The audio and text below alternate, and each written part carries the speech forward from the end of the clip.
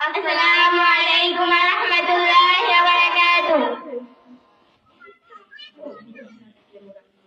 একটা সময় মাদ্রাসাকে আপন ভাবিতাম,